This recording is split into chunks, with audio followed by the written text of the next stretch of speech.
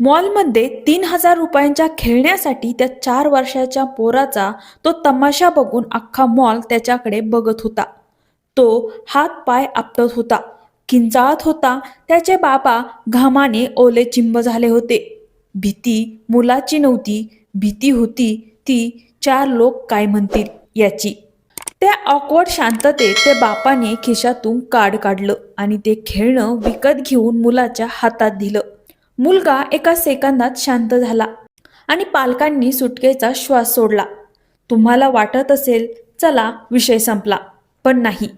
इथेच आपण पालक म्हणून प्रेमापोटी फसतो. त्या दिवशी त्या बापाने 3,000 रुपयांचं खेळणं नाही विकत घेतलं तर नकळत मुलाच्या हट्टीपणाला बळ दिलं. तुमचं मूल जन्मता हट्टी नाहीये, त्याला हट्टी बनवलं जातं ते कंडिशननी. मुलाचं गणित सिंपल असतं. मी एकदा रडलो की आई नाही म्हणते, दोनदा रडलो की बाबा ओरडतात. पण जर मी जोरात किंचाळलो आणि 4 लोकात तमाशा केला की हे लोक मला गप्प करण्यासाठी ती वस्तू घेऊन देतातच. जेव्हा तुम्ही 10 मिनिटाच्या रडण्यानंतर बरं बाबा घे आणि गप्प हो एकदाचा म्हणून ती वस्तू देता, तेव्हा मुलाचा मेंदू हाच धडा शिकतो. नियम तोडले आणि तमाशा केला की जगातली कोणतीही गोष्ट मिळते. आणि आज हा हट्ट 3,000 रुपयाच्या खेळण्याचा आहे, परंतु उद्या तो 18 वर्षाचा होईल. तेव्हा तो जमिनीवर लोळण नाही घेणार. तेव्हा तो मला 2 लाखांची बुलेट पाहिजे, नाहीतर मी जेवणार नाही, घरी येणार नाही असं म्हणून तो तुम्हाला इमोशनल ब्लॅकमेल करेल. तेव्हा तुम्ही काय कराल? कारण त्याला नाही पचवायची सवयच नाहीये. मग पालकांनी नक्की करायचं काय? पहिली गोष्ट, नाही म्हणजे नाहीच. एकदा नाही म्हणालात की विषय संपला. मग त्याने मॉल डोक्यावर घेऊ दे किंवा उपवास करू दे. जर तुम्ही हट्टापायी निर्णय बदलला तर तुम्ही हरलात आणि त्याचा हट्ट जिंकला. दुसरी गोष्ट म्हणजे दुर्लक्ष. हेच खरं औषध आहे. जेव्हा मूल विनाकारण हट्ट करतं तेव्हा त्यांच्याकडे शांतपणे दुर्लक्ष करा.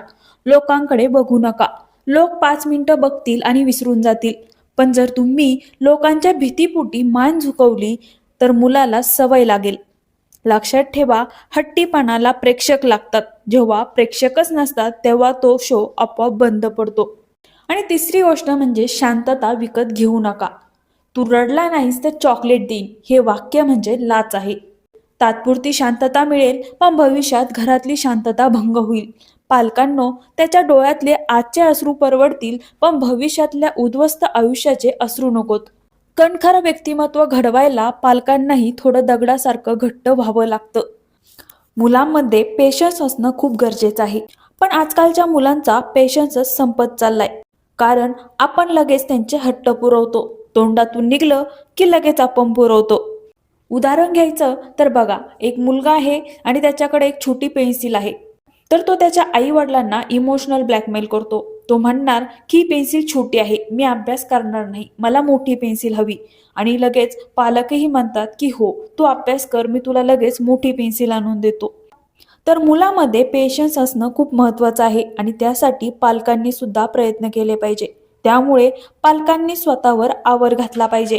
बऱ्याच वेळा असंही होतं की आई आणि वडील यांच्यामध्येही मतभेद होतात. जर मुलाने काही वस्तू मागितली तर आई म्हणते नका देऊ, तर वडील म्हणतात की काय होतं जाऊ दे, आपलं जे काही आहे ते कुणासाठी आहे. कारण मुलंही आपलं बोलणं ऐकत असतात, बघत असतात. मग त्यालाही वाटतं की आपल्याकडे एवढे पैसे आहेत की मग आपले आई वडील आपल्याला हे आज देणारच आहे. त्यामुळे मुलाला वस्तू देण्याआधी आई वडिलांमध्ये अगोदर संवाद होणं गरजेचं आहे की त्याला खरंच त्या वस्तूची गरज आहे का. जर तुम्ही मुलासमोरच वाद घालताल तेव्हा मुलाला पण कळून जातं की कुणाकडे मागायचं. मग ते मूल बऱ्याच वेळा काय करतं की आईच्या ॲब्सेन्समध्ये वडिलांना हट्ट करतं. त्यामुळे बऱ्याच वेळा मुलं इमोशनल ब्लॅकमेलही करत असतात.